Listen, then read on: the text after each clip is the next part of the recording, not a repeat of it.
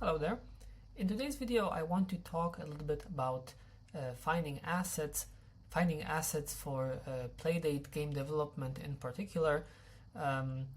This is going to be from a perspective of a person who doesn't know how to draw, so I didn't have any artists on my team because there was no team, it was just me creating both of my games, so I don't have any art skills. I got pretty good at modifying and editing things that I've either bought or downloaded from the internet, to suit my needs for the game.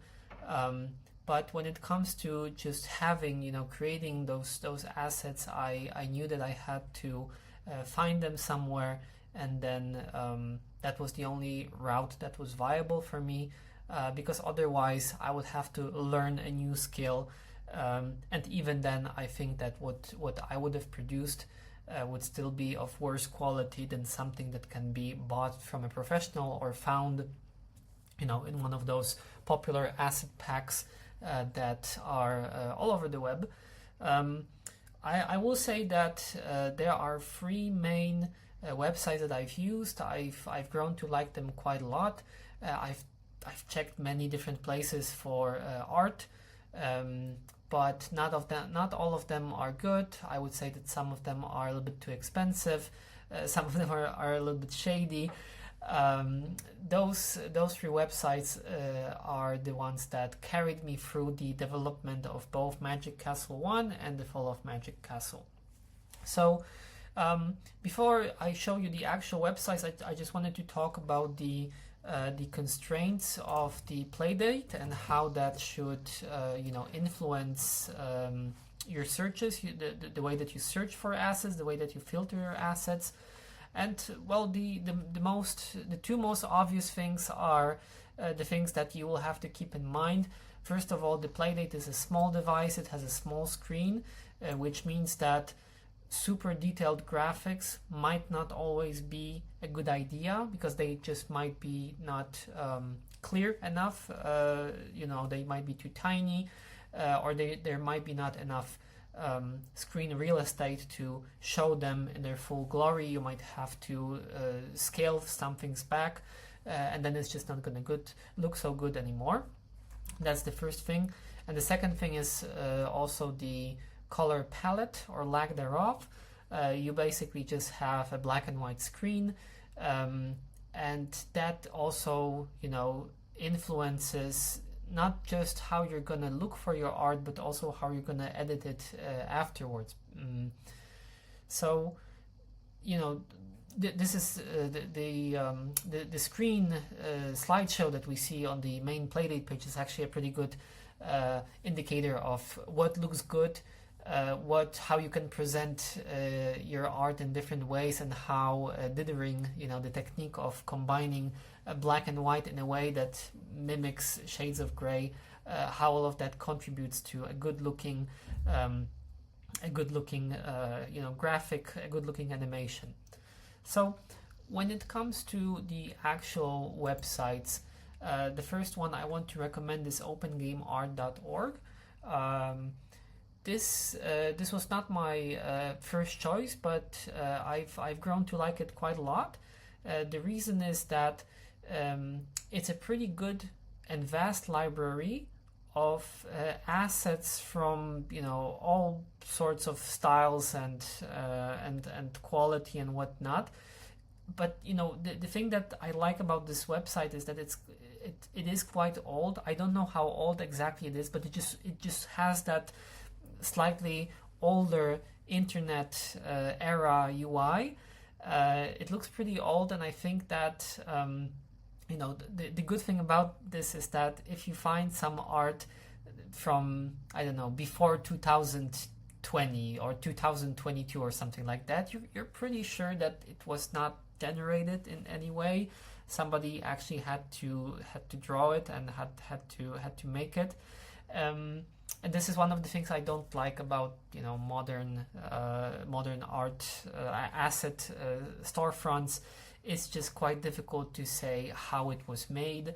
But with those slightly older websites like Open Game Art, you are pretty sure that you're getting something genuine. It is a bit difficult to browse through this website. So let's say that we want to find, for example, a water tile. We want to showcase a river in our game, and we want to find something that resembles water.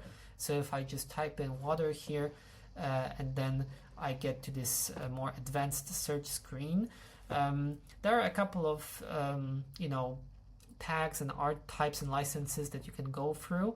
I would definitely uncheck stuff like 3D art. If you're not doing something that should look like a 3D art asset, and you're probably not, then you should uncheck that. Sound effects and concept art usually can also be ticked off.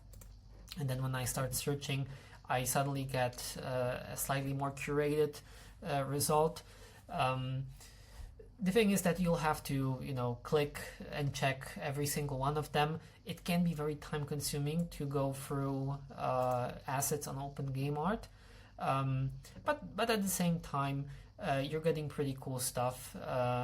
You always have the license included here.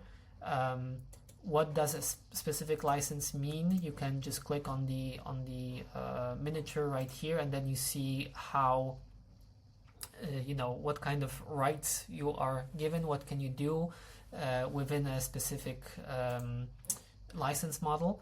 And this is something that's quite important to consider, especially because most of those artists are not asking you for your permission or anything like that. They just want you to put them somewhere, either in the credits or on the game store page, or just mention them that they are the ones who have made this, and you have been using their art in your game. So there are different kinds of licenses. I do recommend going through the different license types, seeing what you're agreeing with, seeing what you're not agreeing with, and then also picking those licenses that you find yourself comfortable working with within the limits of the licenses that that the author connects with. So there's quite a few things here. There's quite a lot of good, like good and generic. Like generic doesn't always mean bad. Generic for me, like a generic water tile is a good thing. That's something that I might look into, like water tiles or animated ocean and stuff like that. Some of those things they don't look like they were made in a specific art style or anything like that. They just resemble a very simple pixel art style. There's nothing to them, but that makes it easy to either modify them or to just use them as is in your game. However, most of the art here is going to be in color. I don't think I have ever found anything in Open Game Art that I've used that was 1-bit. So I'll make a separate video about modifying those assets for your needs for the Playdate screen, because importing colorful assets will just not either not work at all or not work properly. So I do really recommend Open Game Art.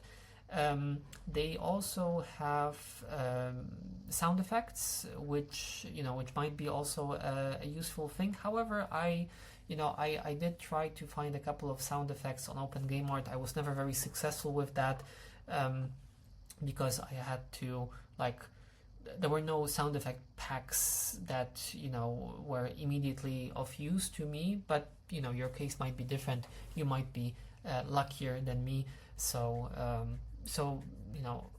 all that being said, I just do recommend Open Game Art quite a lot.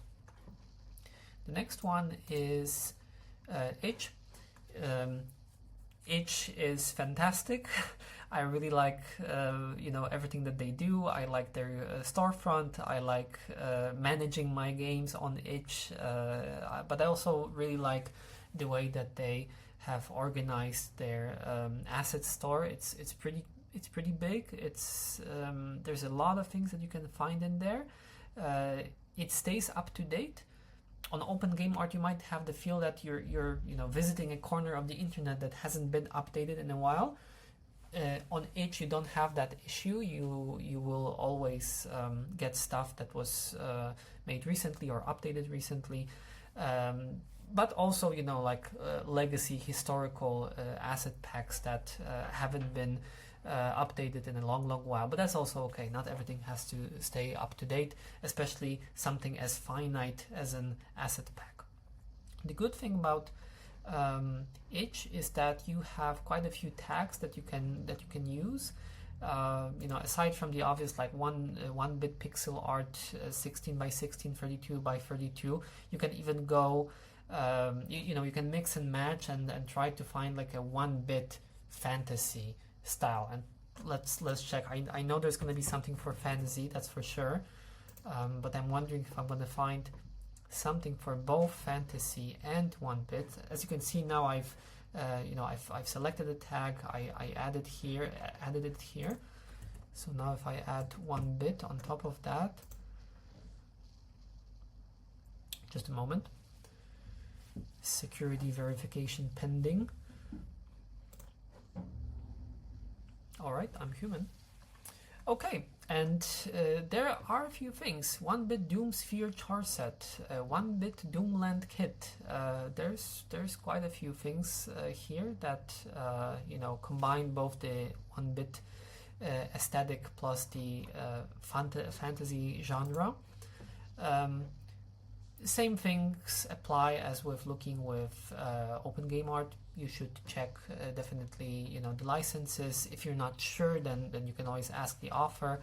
But usually it's mentioned, and you can always see a preview. So yeah, I've the main style of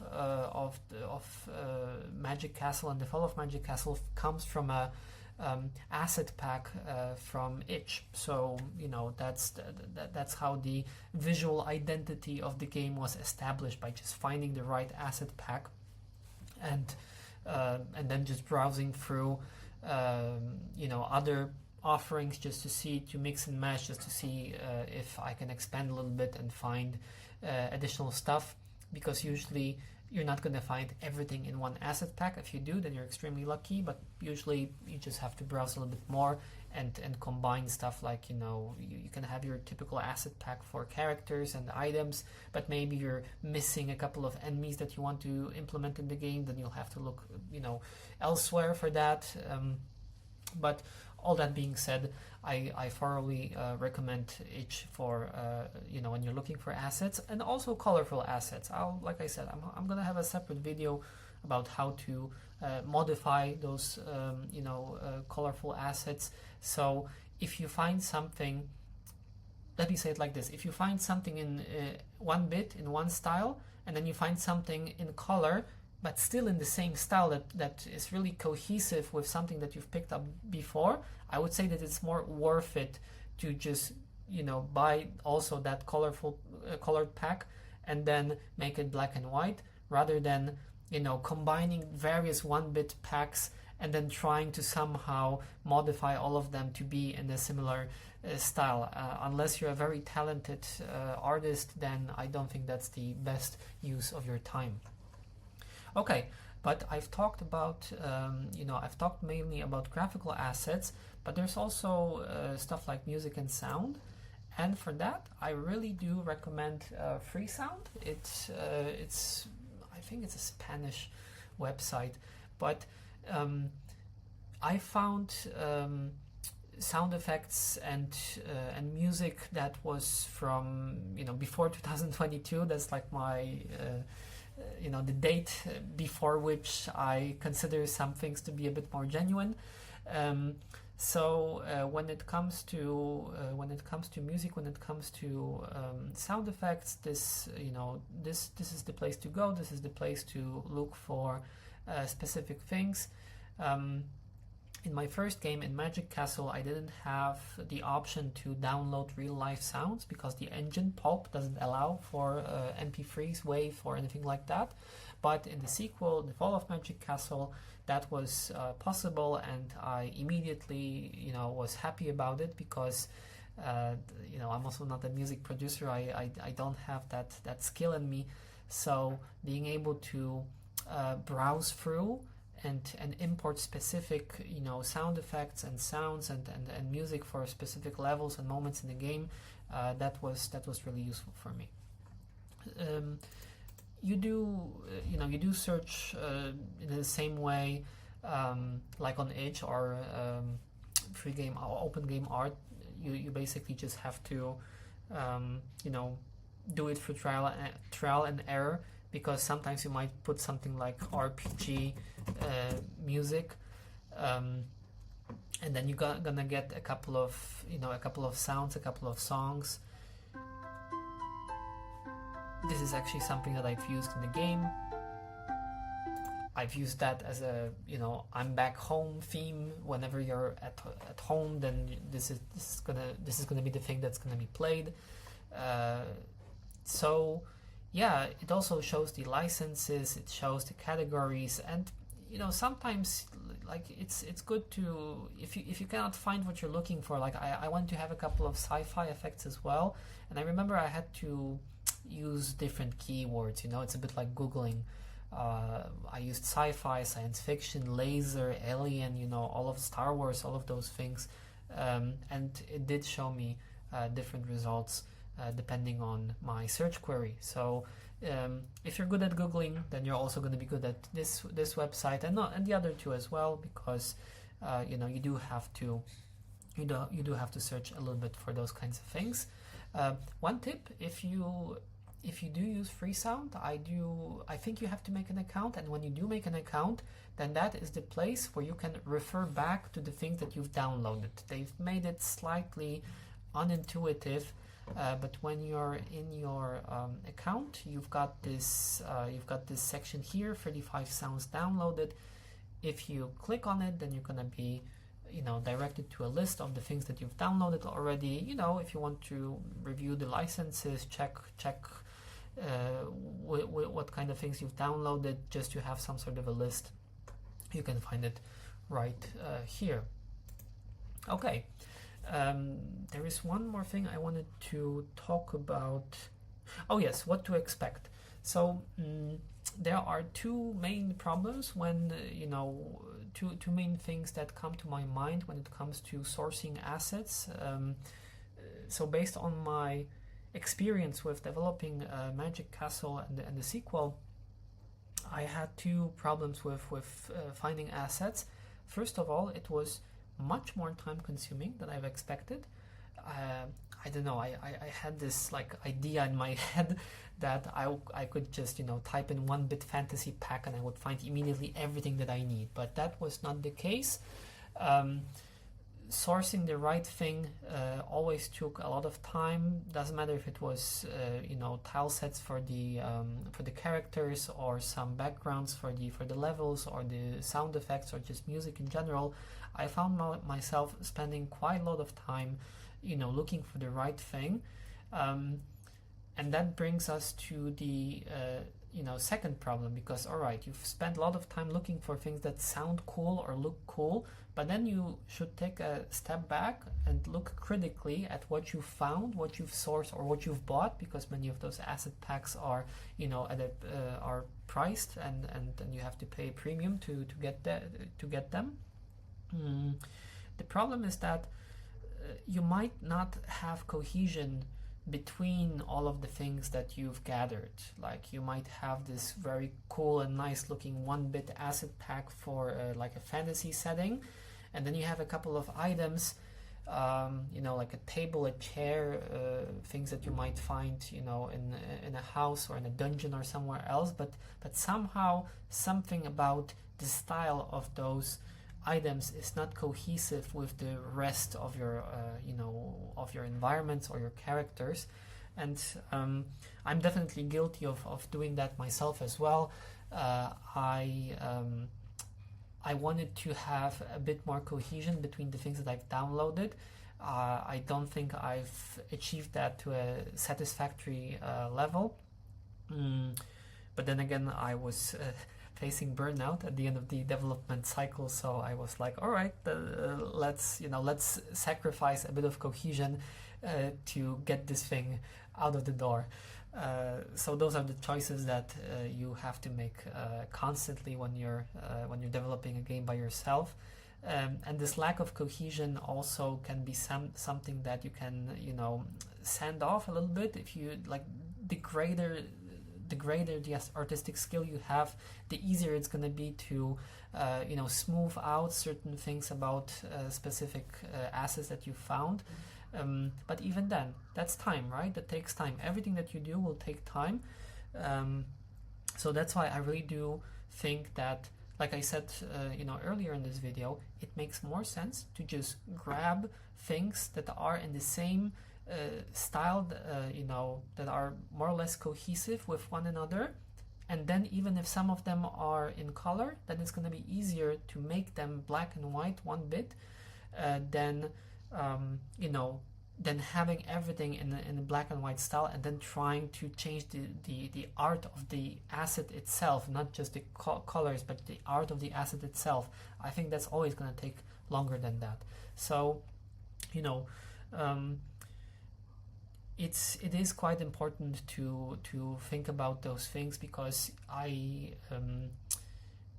it can happen that your game has so many different things in there that even though in isolation every little thing is pretty to look at or pleasant to listen to, you then still have to look at this whole thing as one one cohesive thing, and then wonder, does it fit? Is it more like a Frankenstein of different art styles, or does it feel cohesive, like it all belongs to this one specific world? Like I said, I don't think that I achieved that on my games. I'm still happy with the result, but I think that if I wanted to do it even better, then I would ultimately have to hire an artist or work with an artist to make things even more cohesive. So, a lot of those things can be also avoided if you have a very clear vision and you're very strict with yourself when you're making those decisions, whether or not an asset pack fits your criteria or not. Okay, in the next video I want to talk a little bit about how I edited the assets, the graphical assets, so that they look good in black and white. And I'm gonna show you the kinds of tools that my whole tool set when it came to editing graphics. So I'll see you then.